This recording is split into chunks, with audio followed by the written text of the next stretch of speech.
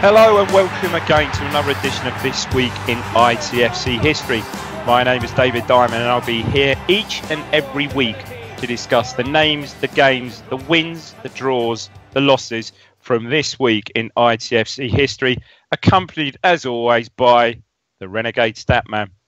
How are you, Stat? Dave? I'm great. You? Yeah, I am good. Yeah, I've just got. I won't. Spoiler alert! I can see Ben in the other screen, who's recording it, listeners and watchers. Do you think he is probably the second best looking man on the pod after myself? Oh, without a doubt. Without a doubt. Yeah. Well, I think Harry's quite attractive personally. But, oh yeah. Yeah. Well, Mikey. In fact, everybody other than you, really. Yeah, fine. I can take that. It's fine.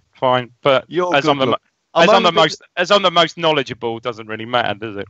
I'm only being a bit harsh because it's a Thursday night and we're recording the pod on a Thursday, not the Tuesday night, because you were out. I like to use the word gallivanting. I was out gallivanting. Yeah, I was playing in a corporate golf day down in Dorset. Probably, I've got to say, for the golf fans out there, probably best golf course I've ever played in this country. I know it doesn't mean anything to you guys, but Remedy Oak, it's called, near Wimborne in Dorset. Unbelievable, but there you go. As Winston Churchill famously said, yes, it's a good walk. I know what he said.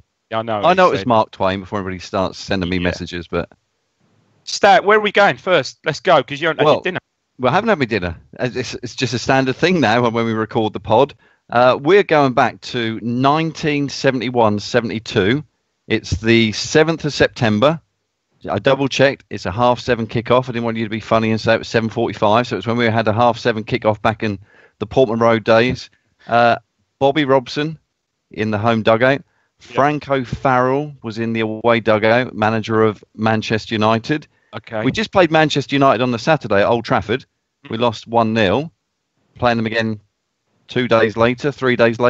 In the old League Cup, let me guess. League Cup. Yeah, so let me just set the scene. Set it. We were 14th in Division 1. So, what was it, 20 teams in the league then? 22. So, middle table. And Manchester United were 4th. Mm-hmm. 28,143 fans turned up. So, a big match. There's some names down here you might realise why, we've got a big bumper crowd for what was a League Cup game, early rounds of the League Cup game. Do you want me to go through the town team?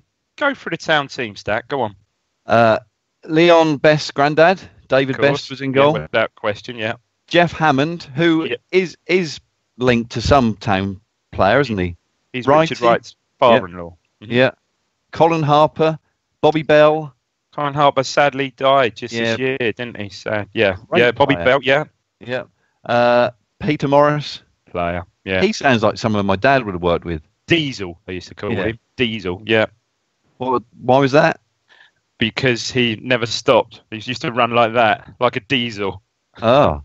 And this is probably the days where you had 4-star and 2-star petrol as well. Indeed, it probably was. Not that I know a lot about that back then, but only thing interested me remotely petrol-wise was collecting the little coins when your dad filled up with 2-star or 3-star, whatever it was. Were these World Cup coins? Oh, yeah. And the Football League badges. Do you remember the Football League badges? You probably wouldn't, but and those as well.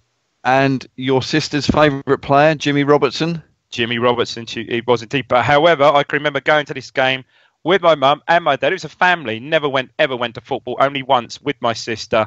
Yes, for Jimmy Robertson, but obviously on the other side was not Bobby Charlton, before you say it.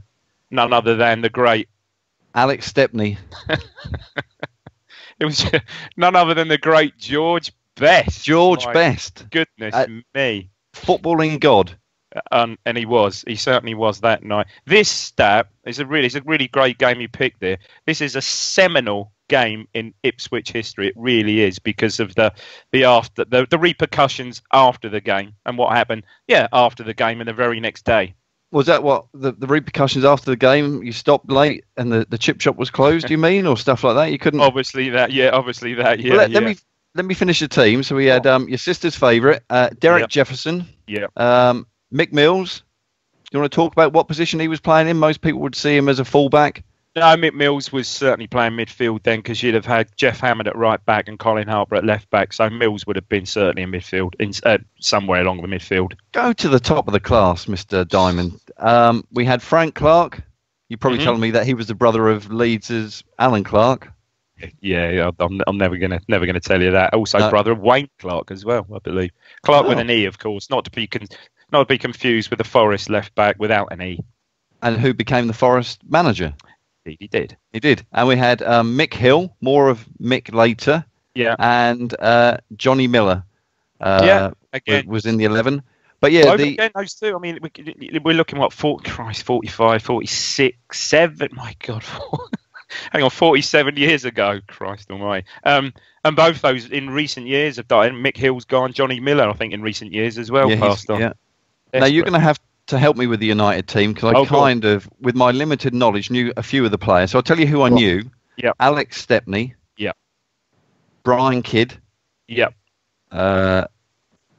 Bobby Charlton. Yeah. The second best brother. Jackie Charlton's brother. Yeah.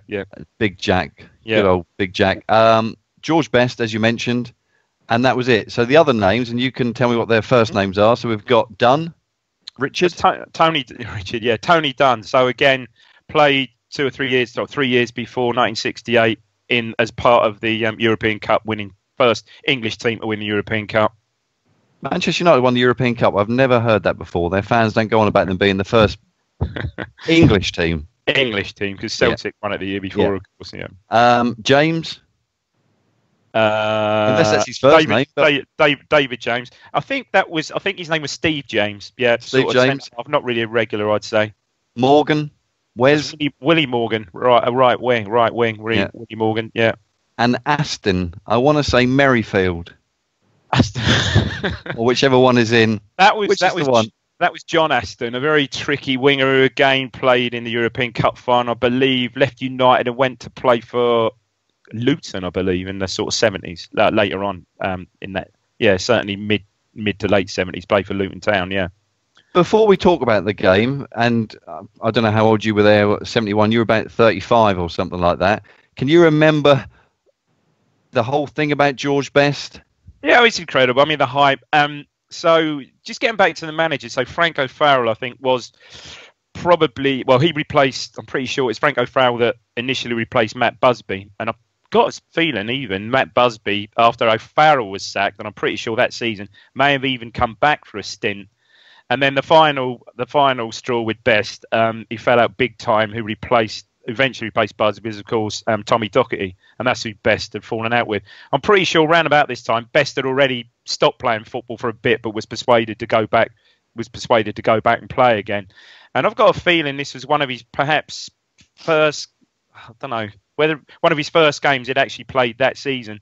And obviously he's 9, I can't remember. There's no television evidence of this game and stuff like that.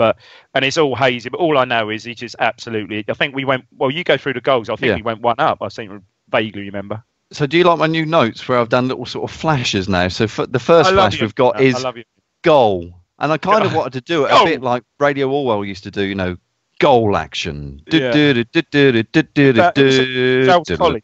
Collins, the Aussie guy, used to. Before that, Brian Knights used to do it. But do you remember, you used to listen to it? So, not very old, maybe 12 or 13. Parents wouldn't allow me to go to an away game. So you'd be listening to Radio Orwell, 257 and 275 Radio Orwell. Cut to the goals.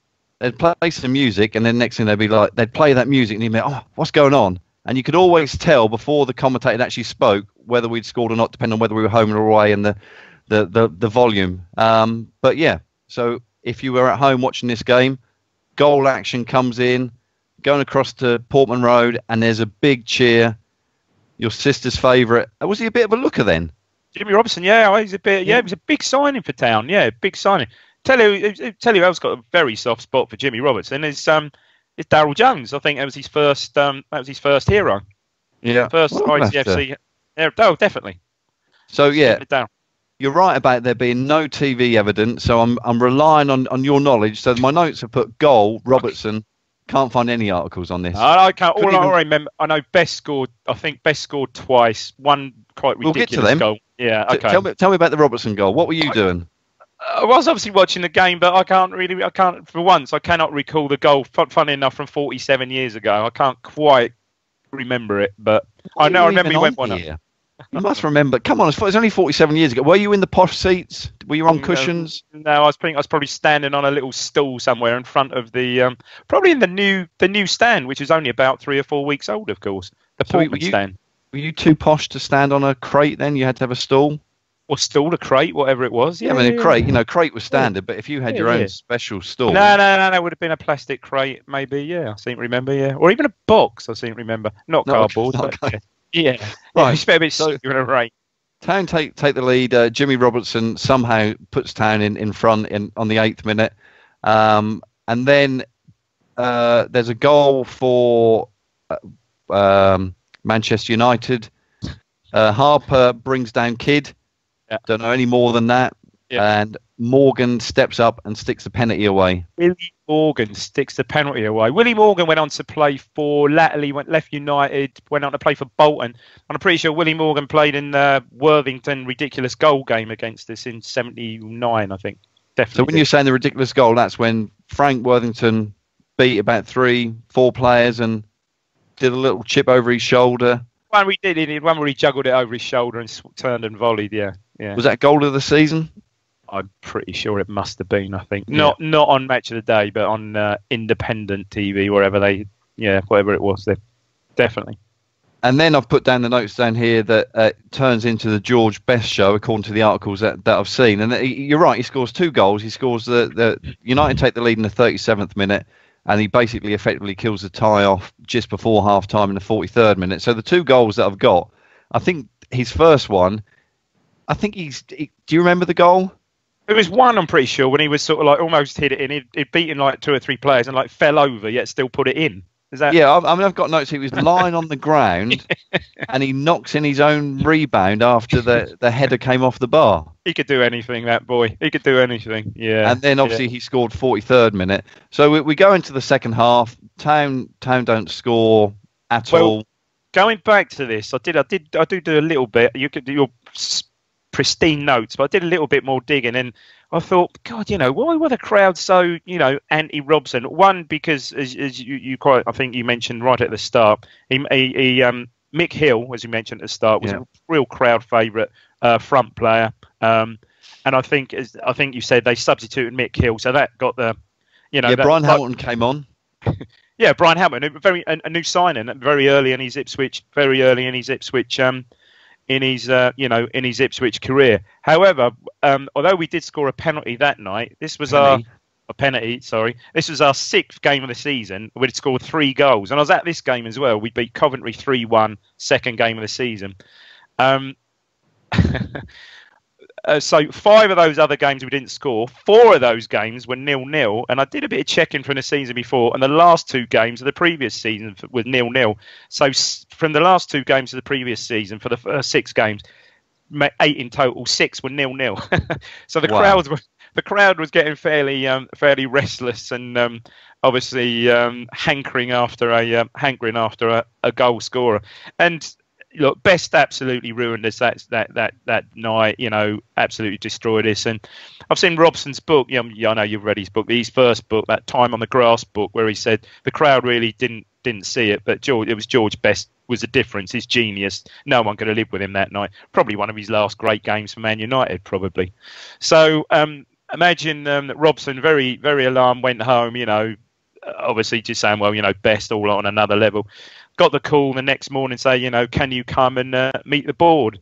To which he, I think, said to his wife, it's happened again, happened at Fulham. Look, be prepared. I think I'm going.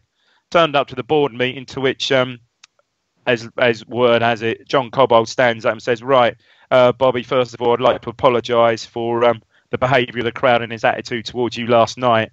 And by the way, you mentioned that you needed a new centre half and sanctioned something like 60, which was a lot of money then for Ipswich, 60, 70,000. And again, talk about a seminal moment, to go and buy Alan Hunter from Blackburn, which he did 2 or 3 days later. I think Bobby Bell, who you mentioned, who started, went the other way, some sort of like player exchange. So yeah, when you look at that, what a critical moment and a real turning point in Great in ITFC history, arguably. Well, no, not arguably, it is, isn't it? Incredible. And Hunter obviously became the cornerstone of the town defence, him and Beattie, until Butcher and Osborne came, 7, 8 seasons later. Yeah, and I mean, 28,000 people were there, and I guess that there was the George Best effect that they wanted to come and see probably the greatest player who was playing at the time. Yeah. But he still had a big backing of the fans, but clearly the fans were not happy that, like you say, that Mick Hill went off. I think it's what it was. I think it was I don't think so. Robson had been there now, 3 seasons when he came 69, 70, 71, 2 and a bit seasons. I don't think the fans could see much progress. Funnily enough, you mentioned Frank O'Farrell, who's a Man U manager. He was, before they got to Robson, he was one that I think they offered the job to, and he turned it down. By then, obviously, he didn't turn it down for Man U. I think he was somewhere like preferred to stay at Torquay or even where he was then. Maybe. I kind of want to say Northampton or something, but I could be. No, I think Frank O'Farrell, I'm pretty sure was Torquay, something like that. But so that's a bit odd in itself. Just another side, for the rest of that competition, obviously Town knocked out. I didn't really see how far Man U went, but it's a good story. Stoke won the League Cup that year, beat Chelsea 2-1 at Wembley, and it was their first ever major trophy. Wow. Stoke City, yeah. I've got the programme here. I just can remember those. 6p. There you go. 6p. Can you remember, just as another question, so you can remember the programme, how much did it cost to match day admission to get in? Wow. Do you know? I do know, yeah. So if the programme was... let's try and do it now, inflation. So the programme was 6p. So the programme's now £3. What's the cheapest seat for an adult? 20, is it? I don't know. So programme's 6p. 50p. Cool. Fans would have loved 50p. It was 90p. 90p. There you go. Yeah. The programme, there's nothing really exciting in it. There's a little bit of, the old Mick McNeil I love that. Did they have the Football League review attached to it? Well, I was going to get to that. Yeah, so for those fans who don't realise, there used to be a sort of another programme in the middle called the Football League Review. The previous season's FA Cup final Arsenal player. Yeah. Fantastic. Any advert stat? Give us some advert. One thing that jumped out at me was the Sporting Farmer. Yeah, okay. Then went on to become the... Well, they've just pulled down. Yeah. The pub they've just pulled down on Princess Street. Yeah. It says after the game, kick off. Drummer Monkey. Drummer Monkey is here. After the game, kick off, which I like what they did there, to a good evening. And then that doesn't really make a lot of sense to me. After the game, kick off to a good evening at the Sporting Farmer. But we've got 2 cinemas. We had 2 cinemas in Ipswich then, the Gaumont and the Odeon. We had 3 because we had the ABC as well. For sure. Well, it says in the programme. Well, I'm questioning it's whether we did have 3, believe me. Yeah, go on. What was showing? Showing all week at the Gaumont was Clint Eastwood and Shirley MacLaine in... a Mule for Sister Sarah. Well, that must have been the sequel because it was two mules for Sister Sarah. So I'll give you 5 points for that. Okay. Mate. And at the Odeon, you had Oliver Reed starred in a film, a classic war film. Oliver Reed in a classic war film? Yeah. I think he even sang in it. And some people say that he was actually Benjamin Bloom's inspiration for Oliver Reed? Oliver Reed. Pissed up... No, I don't know that one. I'll give you a clue. Oh, actually, I'm going to have to mention the big elephant in the room. Oh, it's the one where he takes the elephant across the Alps, isn't it? Hannibal Brooks. Hannibal Brooks, yeah, great film. I haven't seen that for ages. There's the standard advert for cigarettes, which I always like. At last, taste in a tip cigarette at 20.5p. Brilliant. Park Drive. Some more stats. There's an advert for the Ipswich Greyhound Stadium. Did you ever go there? I certainly did. I'll tell you what, you could buy anything at the Ipswich Greyhound Stadium, literally anything. And I'm not talking substances or watches, anything, mate. Yeah. Interesting place. Grey Green Coaches. The Royal George Hotel on Colchester Road. Have you ever heard of that? Is it still a hotel? Is it? Can you stay at the Royal George? Can't believe you can stay at the Royal George. Can you still? You could have done in 1971 if you wanted to. If you wanted to. And then my favourite advert is at the back, and it's pretty simple. There's only a few words, and it says, after the match, serious beer men know Tolly is different. Classic. Have you got a mascot? No mascot. They don't have mascots then. No. But we have another program coming up in another game where there is a mascot, and we are going to find the mascot this year, Dave. So we're going to move on now. Go on. So it's 2000, 2001. So a lot of our younger listeners are suddenly ears are going to be pricking up and thinking, oh, I know a little bit about this game. Ben will be listening to this one. Yeah. Ben will love this game. I'm hoping at some point he might know a little bit about this game, that he can't help himself but actually come in and speak. So it's the 9th of September 2000. George Burley, we're in the Premier League, going in with a record of 1-1, drawn 1, lost 1. And John Gregory is in the opposition dugout. It's Aston Villa. Town had lost midweek away to Leicester City. Mm-hmm. And just to let you know, it was our favourite referee, Andy Durso, is refereeing the game. So Town line up in a 5-3-2 formation. Right in goal, Wilness and Clapham as your wing backs, Bramble, Venus and Horizon. I mean, what a great three in the middle there.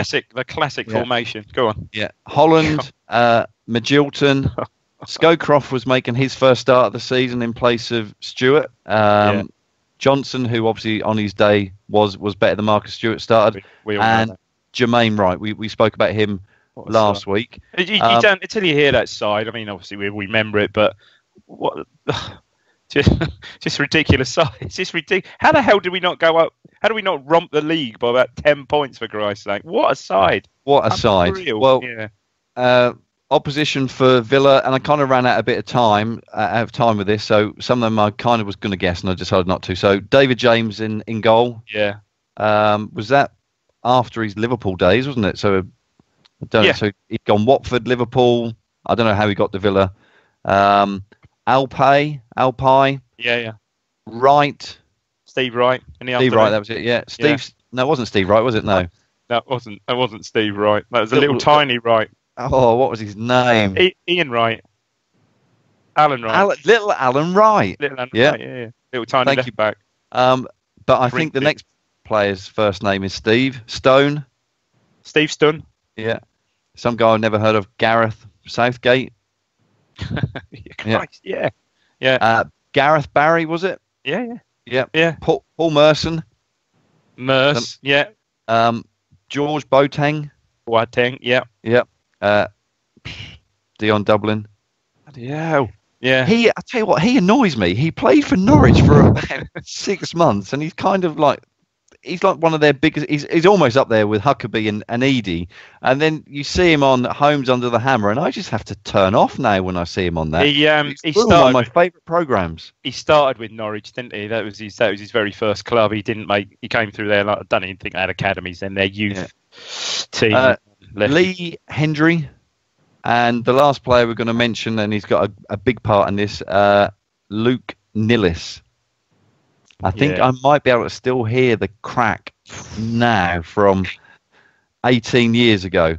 What I didn't realise, I was reading a bit about this game and the events surrounding this game and Luke Nillis, that Town were interested in buying him before he actually went to Villa. I should imagine in that the close season, a couple of months before, I think. He was a great player for Belgium as well. Very sad. Very early injury. I couldn't track what back, but in my mind it was probably first 10 minutes. Yeah. Everybody can kind of remember the photo, but just to kind of explain it, there was a high ball that came forward, and I think it was either Venus or Horizon challenged the Villa player. They got to it first, but then kind of back-headed it, and it kind of looped towards the goal. So Nillis is running. Imagine the ball's here. He's running, thinking the ball's coming over, and then next thing, bang, right into Richard Wright, who clearly is watching the ball as well. No blame attached to him. I mean, I think I can remember, him coming up. I think it affected him the days after, righty for sure. I'm pretty sure it did. I mean, it's just awful when and I even thinking back then, he was down ages, wasn't he? You can tell it's a really bad one. The game was delayed for 10 minutes. Okay. And from what I remember, that it did have. I think it had more of an impact on us than Villa, really. I don't think it was a lot in the game early on. Yeah, no, I think you're right. Yeah. Town, I've put that we threatened a bit in the first half with very little outcome. Johnson was caught offside. Johnny was caught offside a couple of times, and then in the 28th minute, Town player misplaced pass. I think it finds Darius Vassell, who has at this point probably come on for Nillis. Yeah. He passes the ball to Hendry, who's just inside the penalty area, I think, and he just curls his shot around right into the top corner, and it was a great goal. Yeah. Yeah. So we get into half time, losing 1-0.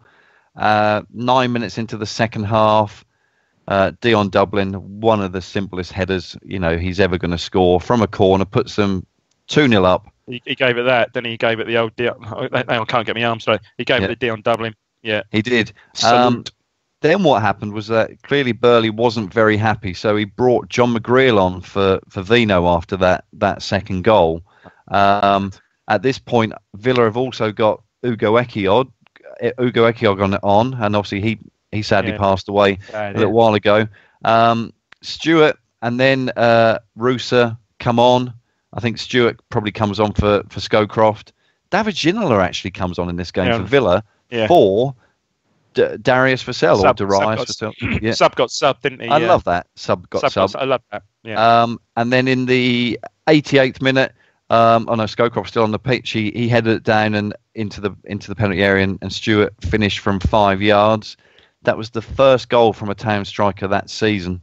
That was only our fourth league game, but 1-1, drawn 1, lost 2, 22,065 there. Yeah, and I mean a really big goal, isn't it?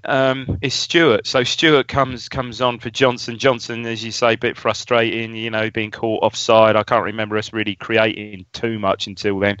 And that's the goal that sets Stewart off and running, isn't it? A very important goal. And we know the rest. He goes on to score 19 goals, highest scoring Englishman, isn't he, in the Premier League? And again, that I remember the aftermath of that game. So all horrified by the Nillis injury, but another loss. I think was our fifth game. So by that time we'd beaten Sunderland. I think we'd won 1, drawn 1, and lost 3. And I think you're there thinking, it's going to be. It's going to be tough. And coming up the very next week was Leeds away, of course. And you think, this is going to be really tough. And then it all, in some ways, Stewart getting that goal, and it just all, was not a catalyst because we lost the game, but we know what happened. I think we covered the Leeds game before, and it all just kicked on from there. But I think very important, Stewart comes on, scores that goal. I think the very next home game, I believe, was Arsenal, where he scores a goal off his shoulder or whatever it is, and he's off and running, isn't he? Exactly, and he never looked back that season. Can't stop, incredible. So we're now going to go to an era. I think if they would probably say that this is old school. Pete Tong, is he still around? I don't know if Pete Tong's still around. Was he gone? Pete Tong? All going to be Pete Tong. So we're going back to Saturday, the 11th of September, 1982. It's a 3 o'clock kickoff. Bobby Ferguson is in the home dugout. Obviously, the start probably. What game are we talking about? Is his 5th game of the season or 5th game as manager? Yeah. Still without a win, I think. And I don't think we'd won yet, had we? No. But so the record before that was we'd drawn 3 and lost 1 before that. So we were away at Old Trafford. Ron Atkinson was in goal. That's when he wasn't a racist, I think. I think you might not say he's not a racist, but I think Ron Atkinson was in goal.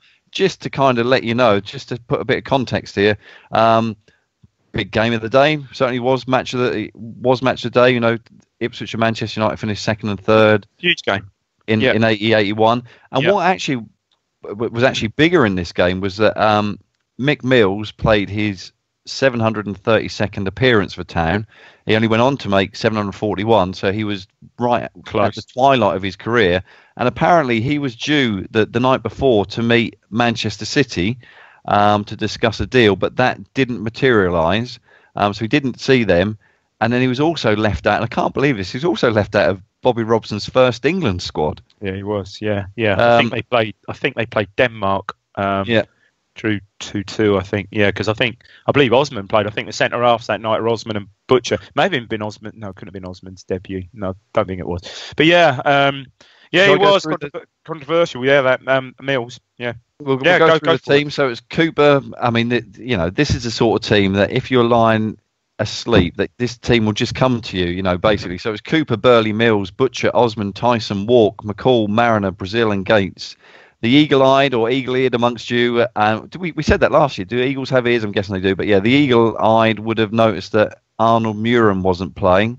And you'll see why in a minute. So if we go through the United team, there was Gary Bailey, Mike Duxbury, Arthur Olveston, Ray Wilkins, Kevin Moran, Gordon McQueen, Brian Robson, Arnold Muren, Frank Stapleton, Steve Coppell, and this young 17-year-old who's brilliant in the World Cup for Northern Ireland. It was Norman Whiteside. So to put it in perspective here, I looked at those two teams. So every one of United's starting 11, full international, every single one. The only two non-international players of then or future international players, I'm pretty sure United, by that time, all their players had played full internationals. Obviously on the Ipswich side was, as we've covered before, Paul Cooper and Steve McCall, who obviously went on to win under 21 and probably under 23 it was then as well. Never got a full cut. So 20 of the 22 players were full internationals. Sky Sports would be having this in UHD without a doubt. It would be the big Sunday game at 4 o'clock. One thing that passed me by, Gary Bailey. So he's did he play for England? Yeah. Cool. Yeah. In my mind, it was always short. Oh no, Gary Bailey certainly played for England. I want to say once or twice, and perhaps very, very minor internationals, and went to. I'm sure he went to the '82 World Cup as the third goalkeeper. Pretty sure he did. There you go. I'll have to go back and watch the old video of "We're on Our Way" to see if he's there singing in the background. I'm pretty sure with those nicely V-neck red and blue pullovers, I believe they called them. Have you still got one? Because I got one. Nice. What do you think I play golf in? Anyway, we got to the second minute before the wonder kid Whiteside scored. There was a cross from Arthur Olveston on the left. Plays it into the penalty area. The ball's bouncing around a little while. Mills clearly disappointed that Man City didn't, answer his mobile phone call the night before. Do you know what? That I watched after because you send the game. So there's obviously footage of this on YouTube, and I've got to say for that goal, Mills really didn't cover himself in glory really with that. And you think, is his mind elsewhere, or perhaps that's what Ferguson's saying. Oh, he's lost a bit of his edge. Yeah. And like you say, it was a poor clearance and Whiteside's on it straight away and the first time shot from the penalty spot and it's 1-0. So I think when you go to Old Trafford and you're 1-0 down after 2 minutes, it's always going to be quite tough. But I mean the thing is that after that Town kind of came into it and we get to the just after the half-hour mark. There's a ball into the penalty area by Burley. Gates is really strong. He's got, I don't know, he's got like Olveston behind him. Gates was a little guy and he's just standing there thinking, there's no way you're pushing me over. If you're going to push me over, I'm going to win a penalty. In a very wide arse, Gates. Yeah. Get his arse in and that's how he wants me penalty. That's exactly. So I think, that United are concerned at that point. He then gets down to the wing and he plays down to the byline, plays a low cross in. McQueen has had the chance to clear and Mariner picks up the scraps from about 2 yards. For any of our younger viewers and listeners, Gordon McQueen's got a very famous daughter, Dave. He certainly has, yeah. Well, not young. Yeah, not so young. Hayley from Sky Sports, of course. Yeah, are you saying she's not young now? Well, she must be. She must be mid-30s. It's all relative. It's all relative to me. It's all relative. I'm sure she must be mid-30s, I guess. Sorry, Hayley, I'd say that there because obviously she'll listen. She texted me the other day and said, are you going to talk about the United game? My mate, did she say my mate Natalie tells me that this is a podcast I should be following, of course. Yeah. Oh, she loves it. Although, at one point, I think, she got a bit annoyed with you and Ben talking about Scuggless and stuff, and that kind of turned her off a little bit. Yeah. Town had several chances at 1-1 to take the lead, and I think you're right, Dave. If you look on YouTube, it's about a 13 or 14-minute video. Yeah, it's a good one. It's clearly the main match on Menu, Yeah. And then we get to Still 1-1, just over 17 minutes to go. United score. Wilkins, he finds himself in the middle of the park with the ball, and he has a 30-yard shot. As he hits it, it kind of comes off the back of Walk's calf. Yeah. And it loops up in the air. It's one of those difficult ones. Everybody's looking up in the air. Where is it going to land? Basically, Cooper kind of came and then stopped, and Cobble then just nipped in and fired it in. And I don't know about you, but if Paul Hurst was in charge of Ipswich that day, then Cooper would have been on the bench the next game, I think. Laurie would have been back in. Laurie Civil would have been 80. Yeah, he'd still be there. Yeah, Laurie would have been back in goal without a doubt. Yeah. And one of my favourite things then happens. One of these odd little things that we kind of you forget about it over the period of time, but then Town make a substitution, which is not the most exciting thing, but it's Mish DeVray. He comes on for Steve McCall. Yeah. It was only possible for him to come on the pitch because Ipswich had sold, or Muren had gone to Manchester United, and the FA or FIFA or UEFA had this strange rule that you can only play 2 foreigners. So when Tyson and Muren were playing, incredible, isn't it? McCall had to sit out. I didn't appreciate that. I must admit, I didn't fully appreciate that till I saw the highlights of this game, and thinking obviously the season or two before, 80, 81, and the season before, this is 82, wasn't it? 81, 82. So there must have been games when, because he was sub a lot, so there must have been games when Muren or maybe not, maybe O'Callaghan would have been sub, So when Muren and Tyson were both in the side, they're never going to take Muren and Tyson off if they're fit. So I guess Robson would have had to, or Ferguson would have had to, well, Robson, Robson, would have probably had to put O'Callaghan or someone else on the bench, Robin Turner, Tommy Parkin, and not risk having DeVray in case he had to come on for some. Yeah, I didn't fully appreciate that until I saw him trot on. Didn't Dan Vray actually become an English citizen or something around that time? I think he perhaps did, yeah. So whether he just thought after Muren had gone, maybe he could see there might be a possible influx of further foreign players. But thinking about it back then, I guess who would have been our next foreign player? We would have got him probably a couple of seasons later. Zondervan. Yeah.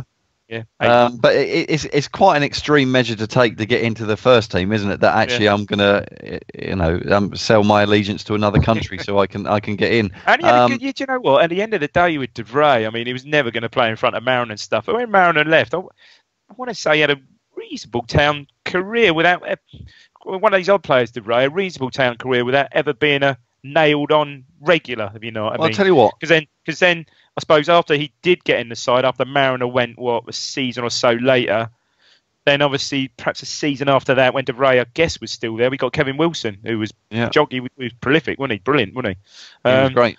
So, I think DeVray was almost always promised much, but I'm not saying he didn't deliver, just never quite nailed down a place, I'll tell you what we'll do when it's his birthday, and let's hope that his birthday is in between August and early May. Then we'll cover it. If not, we'll just cover him one week. I think you're right. There's a lot to talk about him. Yeah. Just finishing up this game. So with 5 minutes to go at Old Trafford, we're 2-1 down. Brian Robson sets up the winner, effectively the winner for United.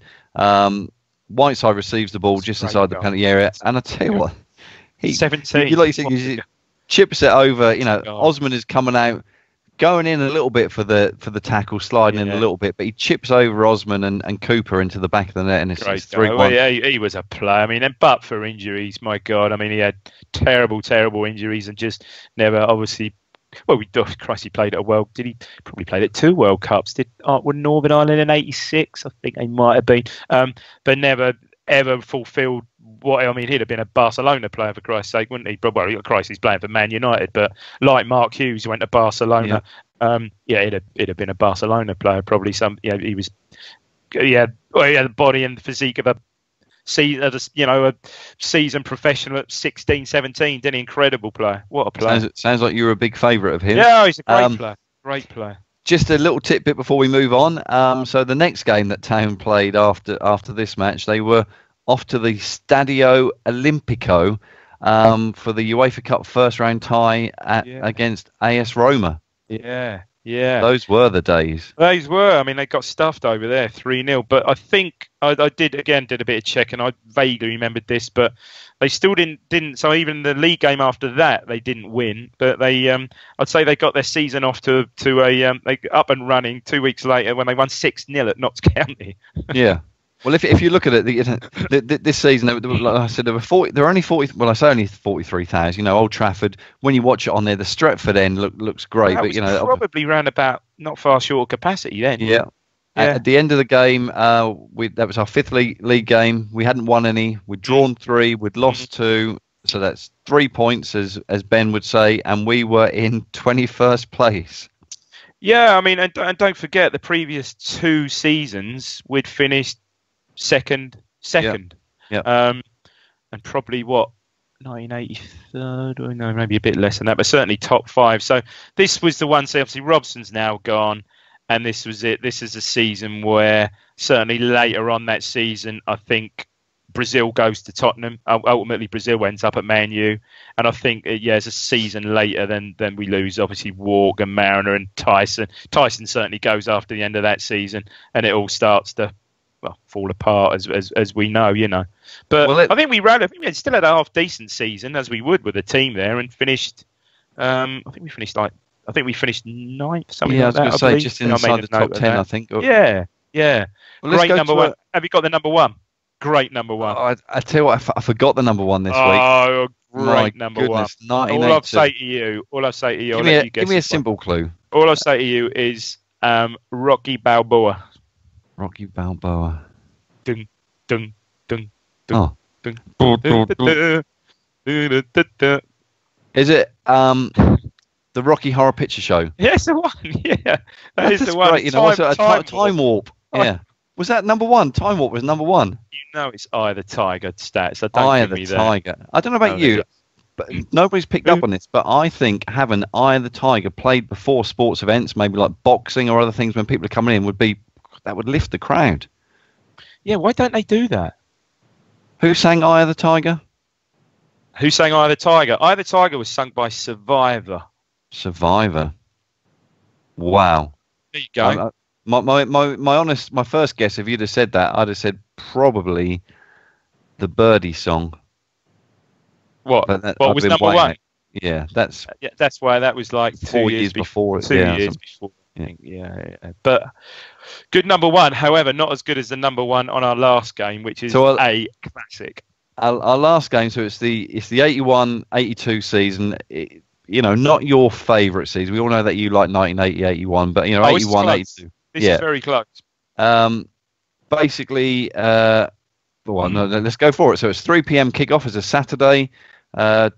27,603 fans turn up to watch Bobby Robson's Ipswich entertain Bob Paisley's Liverpool. So to further set the scene, I think this ultimately, and I think perhaps people, almost knew this was Robson's last season. So England were going into a World Cup in Spain, the 82 World Cup at the end of that season. Obviously, Ron Greenwood's in charge, and I think it's pretty common knowledge that Greenwood that was going to be Greenwood's last World Cup, and he was going to hand over to someone else. And Robson had been in the frame before, so ultimately, as it turned out, this was Robson's last season as manager. The team almost identical to what we just discussed in the Old Trafford game. Cooper, Mills, McCall, Osman, Butcher, Tyson, Walk, Muren, Mariner, Brazil, and Gates. Yeah, the only thing there, McCall was in as the previous season. Burley had done his cruciate ligament at Shrewsbury in the FA Cup, so he obviously wasn't back in those days. He wasn't quite back fit yet. I think he was back before Christmas, I'm pretty sure, but not back fit yet. So McCall, that's the side in it. That is the team. McCall just swap McCall. That's a great team. McCall was not a shabby player either, but Burley, as we know, was a Rolls Royce of a right back. However, the Liverpool side is ridiculous. Bruce Grobbelaar, Phil Neal, Alan Kennedy, Phil Thompson, Ray Kennedy. At that time, I don't know if you remember, but the Liverpool defence, you basically had to have a first name of Phil or a surname of Kennedy. But they didn't go for Phil Kennedy. No, they didn't. No. So we've got Phil Neal, Alan Kennedy, Phil Thompson, Ray Kennedy, Alan Hansen, Kenny Dalglish, Sammy Lee. Kenneth Dougley should have put, oh my goodness, just as a breaking news for you, Dave. So I've got my notes on on my iPad, and Burt Reynolds has died. No, not Burt Reynolds. 82. Wow, mate. Knowing the odd stories of Burt Reynolds, I think he enjoyed life. I believe. I think it's safely say old Burt put it about a bit. Let's say. Oh, I tell you what, I remember it was, I think around September '81. He just finished recording the Cannonball Run, and he actually said, I want to go to an Ipswich game, and he went to this game. I think. Oh, what a link stat! How did you? This is carrying on. Sammy mate. Lee. He's small, he's ground, he bounces on the ground. David Johnson, Mark 1. Terry McDermott, scorer of great goals. And Graham Souness. Great tash. Oh. And a half decent sub as well. Craig Johnston. Inventor of the Adidas Predator. And but probably in my mind more famous for doing a bit of singing on the Anfield Rap. He did indeed. Yeah. What a side. We go through the game. I'll tell you how good a side. As it turned out, again we were mugged off again for the league. But go on, just by sheer Liverpool brilliance, as it turns out. But go on. 15 minutes into it, the Town take the lead. Phil Neal scores an own goal. Tyson's cross is headed into his own net. I can't remember this goal. A bit of a comedy one, that one. Yeah, I think so. Yeah. So that's 15 minutes. We're 1-0 up. We go into half time, still 1-0, and then in the second half, Phil Thompson's misplaced pass is picked up by Brazil, who is I like the word, is hauled down by Hansen. Manhandled. Yeah. And Walk steps up, tucks away the penalty. Town's first win over Liverpool in 5 years. Yeah, we just couldn't beat him. So 5 years. Just look at the side is ridiculous. And just looking through that side, Terry McDermott was funny. Some of the goals Terry McDermott scored. I think he might well be the only player that's actually scored, and someone maybe Hoddle did. I can't remember. That actually back in the day scored 2 match of the day goal of the season. One was, I believe it was goal of the season, the chip in FA Cup semi-final against Everton. Yeah. And another one was that ridiculous one at Tottenham in the Cup quarter-final when he tees it up and volleys it in from about 50 yards. Probably 40. What a player. I've got the programme here. Oh, mate. That's McCall, isn't it? Playing Sunderland. First game of the season, that season. Drew 3-3. Was it that 3-3, yeah. We were 2-0 down. Came back to... Possibly, yeah. I remember we drew 3-3. I remember the game. But going back to Terry McDermott, it said that he was named as he'd been named PFA Player of the Year and Footballer of the Year. Just outstanding. Well, so 1980, 79, 80. This was 81, 82. Yeah. Hang on, no, 80, 81. 80. Oh, that for what season? 79, 80. It doesn't say. But could have been the previous season, because previous season was obviously Tyson and John Walk, wasn't it? I think. Yeah, you're forcing me now to embarrass the program editors, because it does say Terry McDermott. McDermott's career reached an incredible peak last year when he was named as the PFA, and he wasn't. It wasn't last year, because I think the season before. Yeah. Yeah, last year. So just having a quick look through the program, and I was pleased to see that we do have a mascot, and we have a photo of the mascot, which we can show now. Come on, so I'm going to try and him. Do we know him? There he is. He looks familiar. What's his name? Stat? His name. I can tell you where he lives as well. Or where? So he's 6 years old. They're never from Ipswich. He's old. He's how old? 6. I'm sorry. It's not a 6-year-old, is it? I'm not having that. You sure you're not reading it upside down? He's not 9, is he? Yeah, that's definitely a 6. I'm not having that. Can I just show it to producer Ben? Producer Ben, how old is this boy? He's a mascot. Yeah, the program's saying that he's 6. Find that hard to believe. But let me tell you a little bit about this. 6 in that makes him about 110 now. He's been shaven already, I think. Oh, mate. Go on, anyway. He's 6-year-old Nicholas Moon, MOON. Nick Moon. Yeah, of 59 Oak Hill, Hoseley, Woodbridge. Okay. Nicholas, whose favourite town player is striker Paul Mariner. Good choice. He attends Hoseley School and will be wearing the special Adidas replica kit of shirt, shorts, and stockings, which he will keep as a souvenir of the day. Do you reckon he still wears stockings now? I don't know.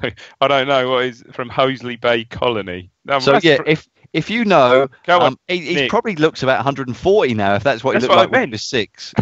Nicholas Moon, come on, someone can help us. It would be great to speak. Get a mascot on, and we could talk to them about what he remembers. Not a lot else in the program that jumped out at me. There was a youth focus about Dale Brooks. Do you remember him? Yeah.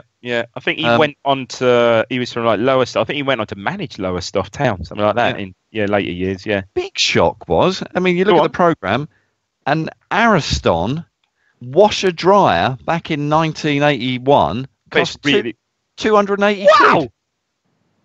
Wowzers! Bloody, would you get one?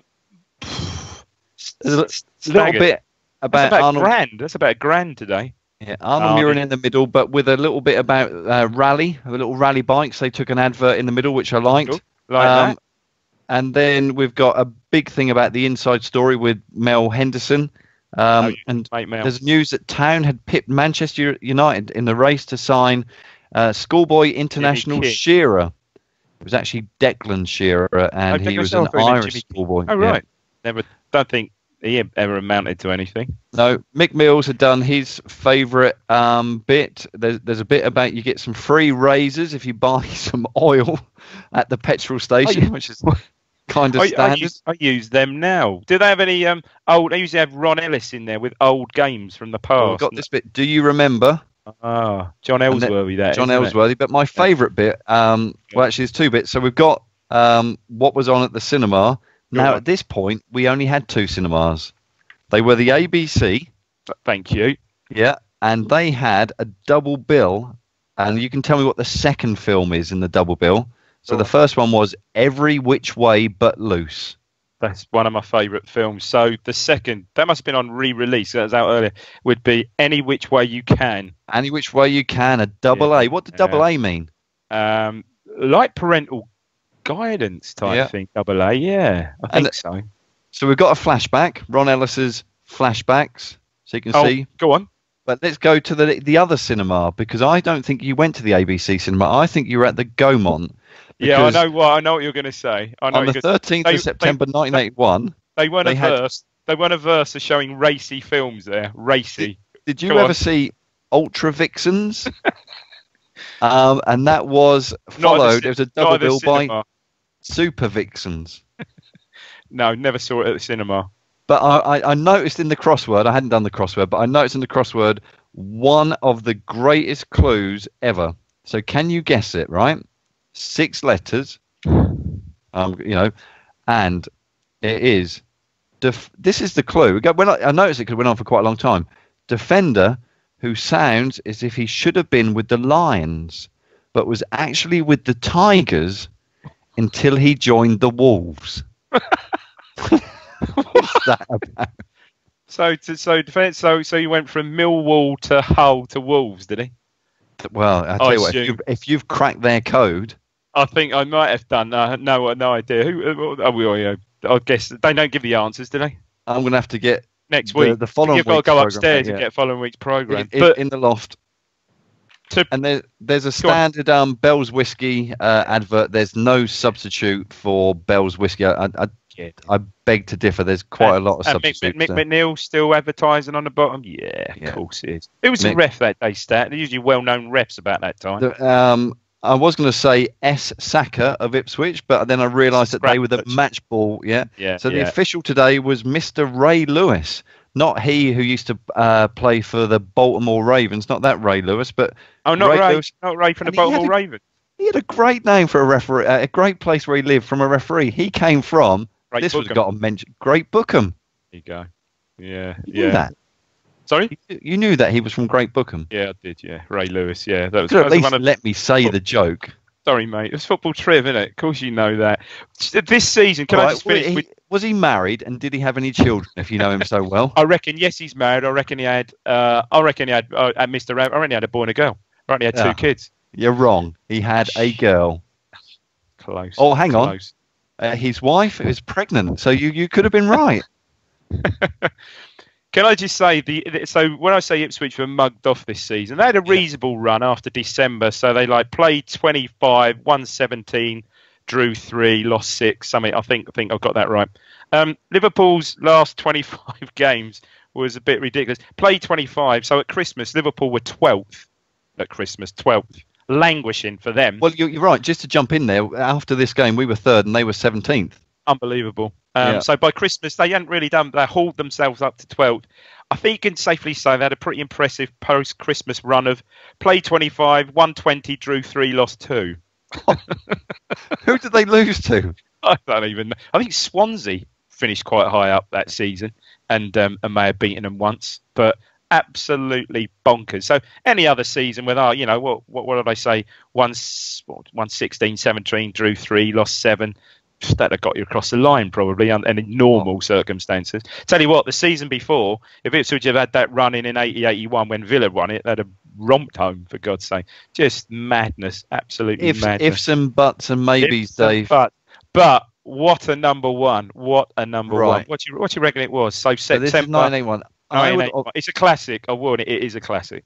Is it anything to do with the police, Sheena Easton, or no? It's a bit of a new romantic vibe to it, a little bit. I think, yeah, safe to say, probably as they all were. Romantic. Duran.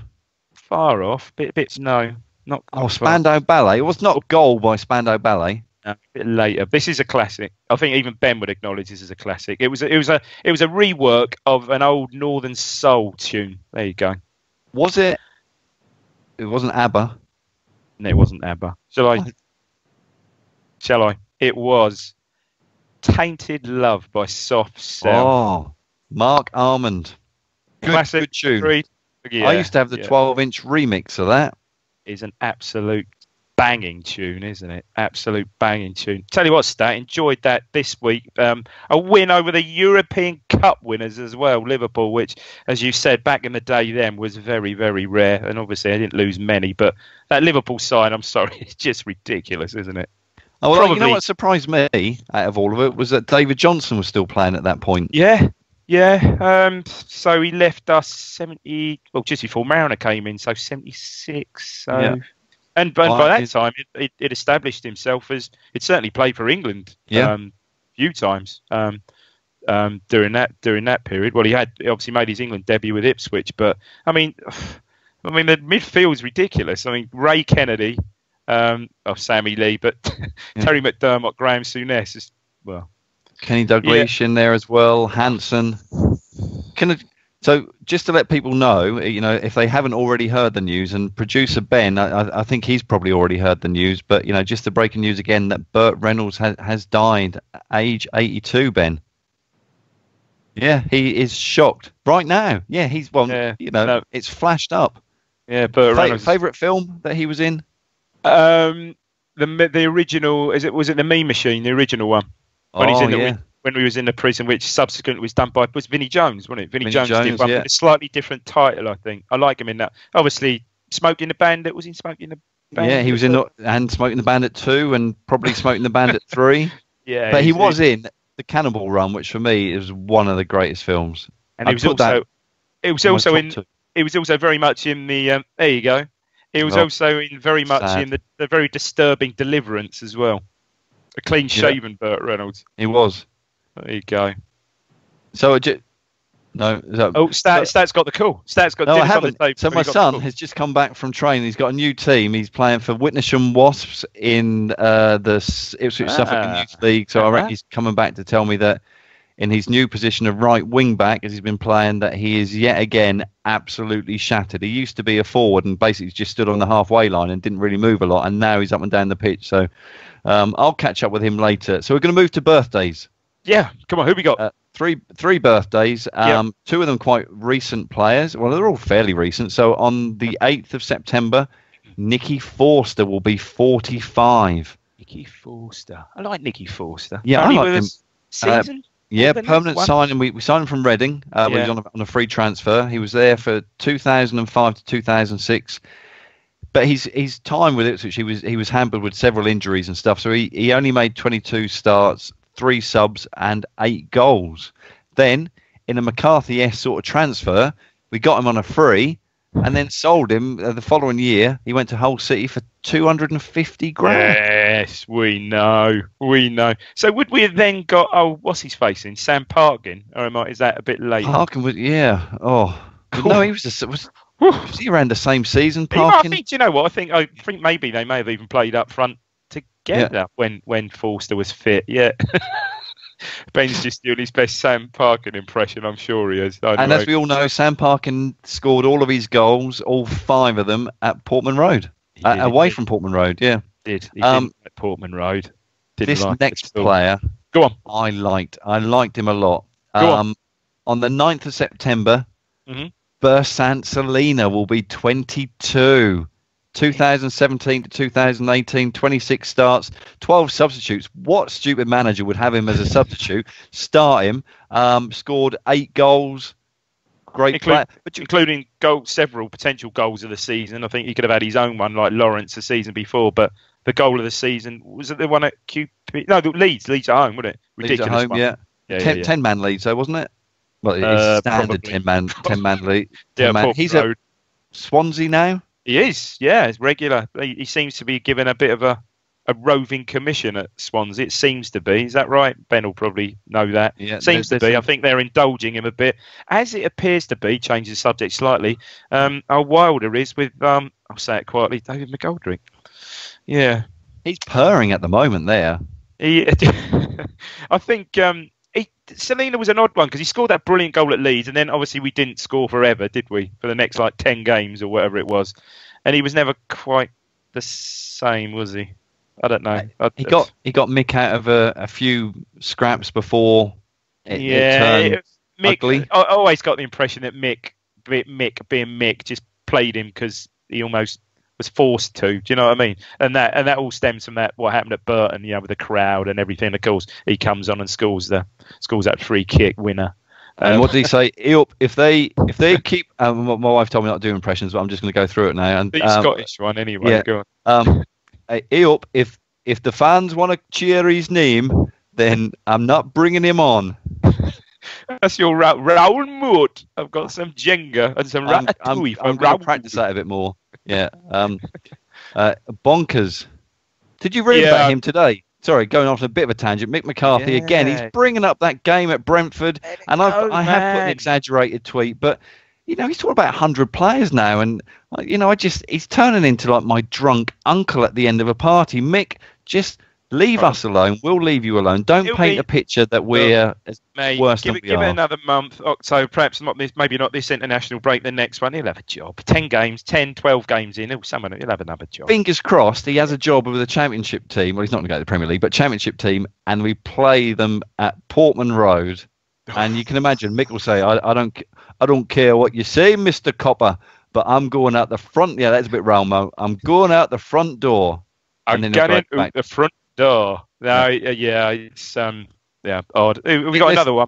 Yeah, the last one, again linked to Mick McCarthy. I don't know if he did much after McCarthy let him go. Also on the 9th of September, Jack Marriott is 24. Made his debut for us in 2013. I think that was away to Burnley, the last match of the season or something. 3-0 game. Yeah. That was a terrible game. I didn't go up there and watch it on TV. Parachutists landed on the stand game. No, it wasn't that one. No, it wasn't. No, that was Magilton in charge then, I think. So yeah, he was there between 2013 and 15, or made his first appearance in 2013. He only made 1 start, which was away to Crawley in the League Cup away in 2014. So it was a League Cup game. We must have lost. Yeah. 2 substitute appearances, no goals. Several loan spells. He clearly liked Woking, and Woking liked him. He was there 3 times. He was at Gillingham. He was at Carlisle. He was at Colchester. Mick clearly didn't see anything in him, so he released him. Luton picked him up. He scored 22 goals in 79 appearances for Luton, and then Peterborough thought, this is a lad who can score a few goals. So he went to Luton, went to Posh, and scored 27 goals in 44 league appearances. I mean, he's got his move, hasn't he? But I don't think he's really, whether he's been fully fit. I think he's been used very. Ben would probably know him a bit more. Been used very sparingly by Derby. We came on against us, didn't he? He came on, I think, last sort of few minutes against us. But I'm pretty sure he hasn't had any starts yet. I mean, Derby are obviously doing quite well now, but I don't think he's at the right club for him at this stage of his career, because, like you say, he's behind some really strong players, Waghorn, Nugent, and stuff like that. Players who are going to score goals, and I don't know. I wouldn't mind him at Ipswich.